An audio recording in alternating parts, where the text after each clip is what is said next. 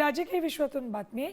मुख्यमंत्री देवेंद्र फडणवीस यांनी राज्यातल्या शेतकऱ्यांना वीज बिल माफीची घोषणा केली आहे। यावरून शरद पवारांच्या राष्ट्रवादीचे प्रदेशाध्यक्ष शशिकांत शिंदे यांनी फडणवीसांवर निशाणा साधलाय। मुख्यमंत्र्यांनी केलेली वीज माफीची घोषणा ही फसवी असल्याचं शशिकांत शिंदेंनी म्हटलंय।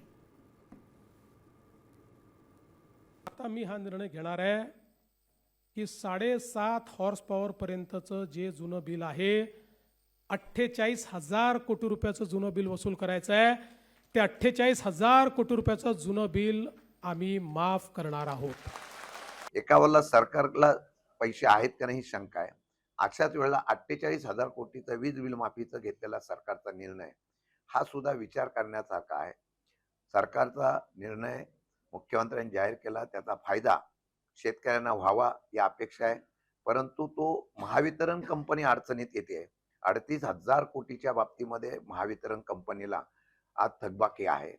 त्यामुळे सरकारी तिजोरीतून शेतकऱ्यांची कर्जमाफी करायची आणि ती वितरण कंपनी करून मग बाकीच्या योजना लाभवण्यासाठी अशा प्रकारचा निर्णय होतो का? मी साम टीव्हीच पाहते, तिथल्या बातम्या मला रिलेट करतात।